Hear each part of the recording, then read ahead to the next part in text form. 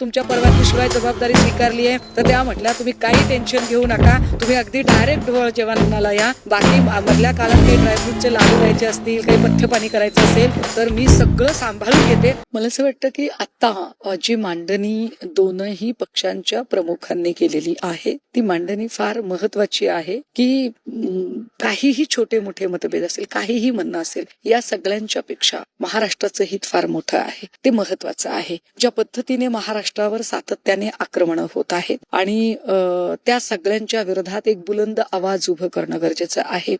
आत्ताचे मला जे ज्वलंत प्रश्न जाणवतात, मग मुंबई असेल किंवा पुणे असेल, रहदारीचे प्रश्न फार पुण्यासारख्या ठिकाणी मोठा असतो किंवा मुंबईसारख्या ठिकाणी जर विचार केला तर बिल्डरांच्या अक्षरशः जाळ्यात अडकलेला मराठी माणसालाच त्याच्या स्वतःच्या हक्काच्या मुंबईमध्ये जर राहायला घर मिळत नसेल, जर त्याला एखादा कोणीतरी शहा नावाचा आमदार येतो आणि फटकावत राहतो, कणफडत लगावतो आणि आपण नुसते बघ्यासारखे बघत असतो, तर किंवा मराठी माणसाच्याच छोट्या मोठ्या उद्योगधंद्यांवरती कुऱ्हाड येते किंवा मराठी माणसांनाच आपल्या घरी आपल्यालाच वागाय बोलायची चोरी होते, तर हे सगळं अत्यंत वाईट आहे, क्लेशदायक आहे. मुंबईतला विशेषतः हिरे बाजार असेल किंवा मुंबईतली सगळी महत्वाची ऑफिसेस असतील, ती ज्या पद्धतीने त्यांनी गुजरातला हलवण्याचं एकट कारस्थान केलं, या सगळ्यांच्या विरोधात प्रत्यक्ष कृती म्हणून जी भूमिका घ्यायची आहे ती भूमिका घेण्याची ही वेळ आहे, हीच ती वेळ, हाच तो क्षण. आणि त्यामुळे या वेळेला सगळ्या लोकांनी एकत्रित यायचं ठरवलं. सुदैवाने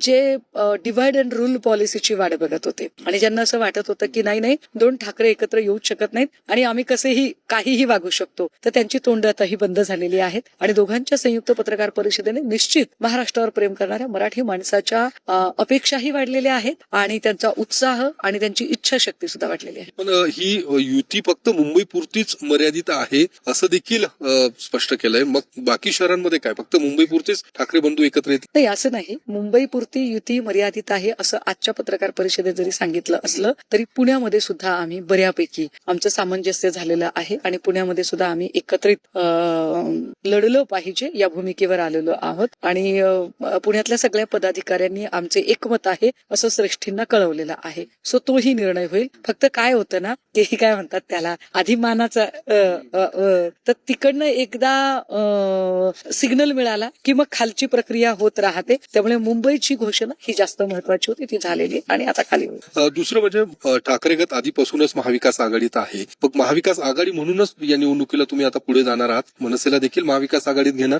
आणि मग या निवडणुकीला सामोरं जाणार. महाविकास आघाडी म्हणून आपण सगळ्यांनी लढलं पाहिजे यावर आमचं एकमत आहे आणि आम्ही त्यावर आग्रही आहोत. महाविकास आघाडी म्हणून आमच्या सोबतचे विधानसभेला जे पक्ष होते त्यामध्ये काँग्रेस होतं, राष्ट्रवादी काँग्रेस शरदचंद्रजी पवार होतं आणि आम्ही होतो. आता काही नवीन भिडू जुळतायत, आमच्या सोबत काही जुळतायत, काँग्रेस सोबत काही जुळतायत, कदाचित एनसीपीएसपीचं काहीतरी अजून चाललेलं आहे. आता अशा सगळ्यांमध्ये किती एकमत होणार, कारण जेव्हा इतके सगळे लोक एकत्रित बसतात तेव्हा निश्चितपणे जागा वाटपाचा गोंधळ वाढणं स्वाभाविक आहे आणि त्या सगळ्यांमध्ये आता वेळ आपल्याकडे फार कमी आहे. आज 25 तारीख आहे, कालपासून मला वाटते उमेदवारी अर्जांना सुरुवात पण झालेली आहे. अशा सगळ्या स्थितीमध्ये शक्य तेवढ्या लवकर, किती लवकर निर्णय होतात. मला वाटतं आज एक बैठक राष्ट्रवादी काँग्रेसची चालू आहे. प्रशांत जगतापजींनी काल त्याच्या संदर्भाने वक्तव्य केलेलं आहे की मी 4 वाजता माझा निर्णय ऐकवेल. म्हणजे त्यांचा निर्णय हा एनसीपीच्या निर्णयावर त्यांचा निर्णय अवलंबून आहे. सो त्या सगळ्या निर्णयावर मग पुन्हा बाकी आपले जे सगळे निर्णय ते पण अवलंबून असणार आहेत, तर त्याचा आपण विचार. मग महाविकास आघाडीमध्ये अजित पवारांना घ्यायला देखील विरोध होताना पाहायला मिळतोय.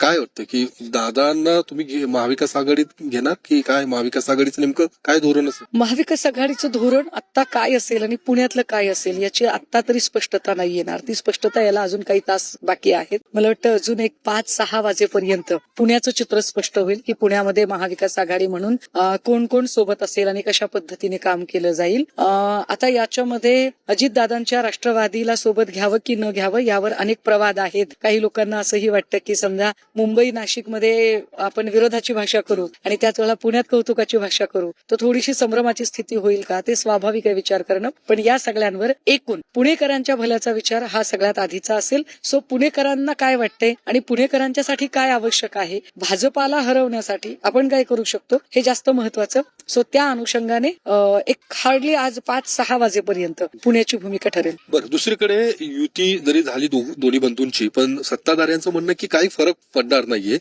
चंद्रशेखर बावनकुळे काही वेळापूर्वीच म्हटले की उद्धव ठाकरेंनी मुळात पहिल्यांदा कार्यकर्त्यांचाच विश्वास गमावला आहे, पदाधिकाऱ्यांचा विश्वास गमावलेला आहे, त्यामुळे या युतीचा काही फार फरक पडणार नाही, महायुतीचीच पुन्हा सत्ता येईल, अशा पद्धतीचं त्यांचं म्हणणं आहे. बावनकुळेंनी आधी कुटुंबियांचा विश्वास कमवावा, बोलायला भाग पाडू नये. बावनकुळे हे माफीचे साक्षीदार आहेत. बावनकुळेंचे हाल कदाचित विनोद तावडे किंवा अजून पंकजा मुंडे यांच्यापेक्षाही वाईट झाले असते जर ते माफीचे साक्षीदार झाले नसते. त्यामुळे बावनकुळेंनी फार मोठं बोलू नये. बावनकुळेंनी आपला वकूफ काय आहे तो बघावा. राहिला प्रश्न की याने फरक पडेल का नाही पडेल, तर मला साधं गणित कळत नाहीये. जर तुम्हाला काहीच फरक पडत नाही तर टॉप टू बॉटम म्हणजे महाराष्ट्रातलं टॉप टू बॉटम डीएफ पासून ते अगदी सामान्यातला सामान देतो कोण डोरेमॉन आहे त्याच्यापर्यंत या सगळ्यांना दिवस रात्र बोलायची काय गरज पडतीये. ज्या अर्थी तुम्हाला सकाळी झोपेतनं उठल्यापासून रात्री झोपेपर्यंत ठाकरे ठाकरे ठाकरे एवढंच बोलायचं कळतंय. याचा स्पष्ट अर्थ आहे की फरक तो पडता आहे भैया.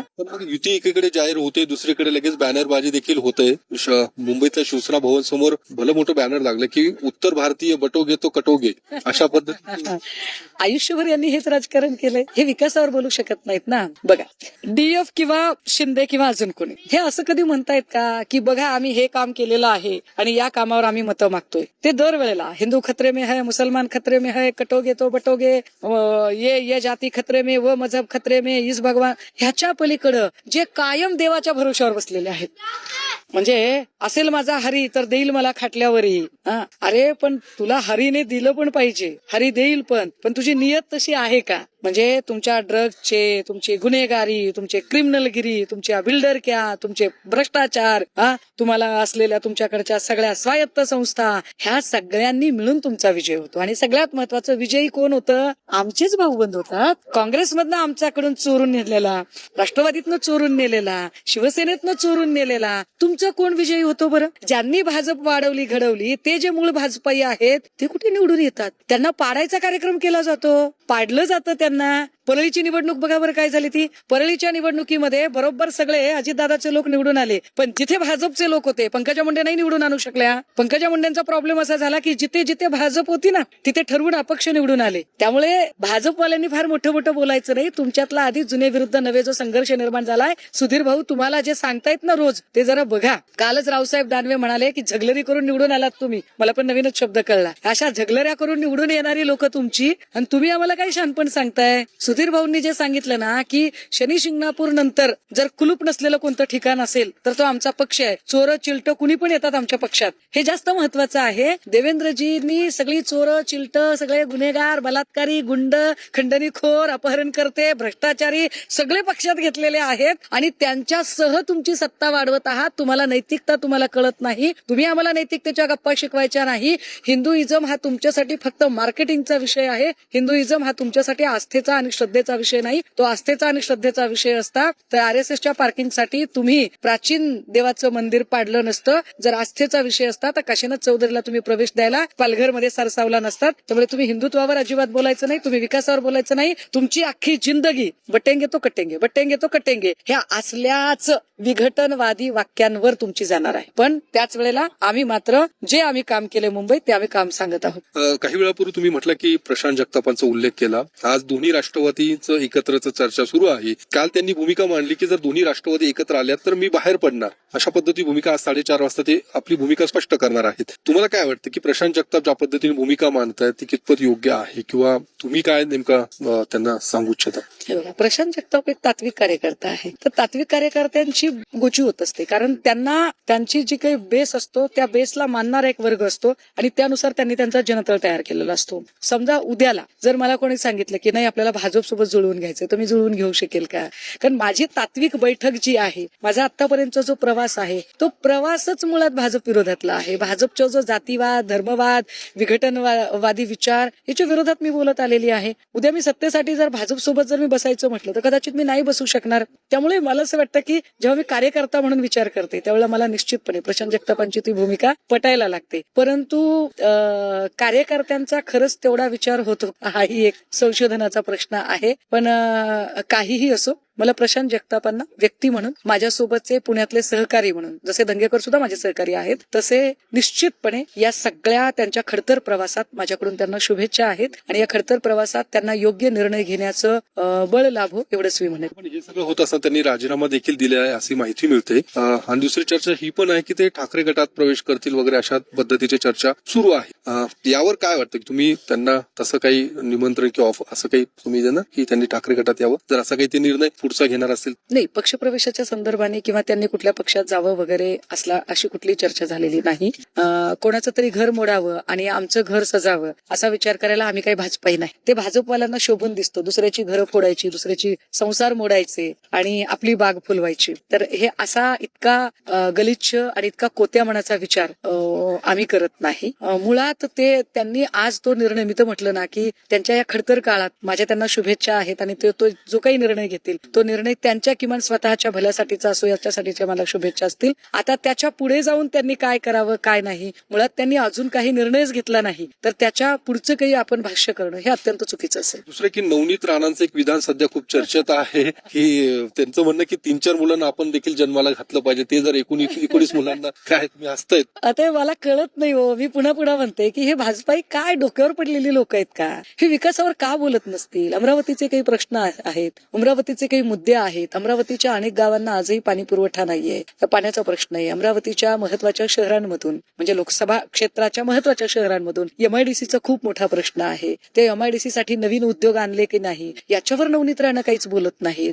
विकासाच्या मुद्द्यावर बोलणे भाजपा टाळते. भाजपा विकासापेक्षा विघटनकारी वक्तव्य करण्यामध्ये जास्त पुढे असते आणि त्यामुळे त्यांनी आता जे काही अत्यंत विखारी वक्तव्य केलं हे चुकीचं आहे. बरं, त्यात त्या काय म्हणाला की आपण सुद्धा असं केलं पाहिजे. आपण इट मीन्स दॅट त्या स्वतःला त्याच्यात इन्क्लूड करतात. म्हटलं ठीक आहे बाबा, त्याची सुरुवात त्यांच्यापासून करावी. काही असलं, आता किती ननंद भाऊजांचं तसं पटत नसतं बाबा, हरकत नाही, भाऊजाई आहे आमची, तर ठीक आहे तुमच्यापासून सुरुवात करा. काय डोहाळ जेवणाची सगळी तयारी. मी रात्री यशोमतीताईंना पण फोन केला होता. म्हटलं यशोमतीताई तुमच्या परवानगीशिवाय जबाबदारी स्वीकारली आहे, तर त्या म्हटल्या तुम्ही काही टेन्शन घेऊ नका, तुम्ही अगदी डायरेक्ट डोहाळ जेवणाला या. बाकी मधल्या काळात काही ड्रायफ्रूटचे लाडू द्यायचे असतील, काही पथ्यपाणी करायचं असेल तर मी सगळं सांभाळून घेते, असं सुद्धा यशोमतीताईंनी मला कालच सांगितलं. त्यामुळे तो काही प्रश्न नाही. बघा त्यांनी प्रयत्न करून.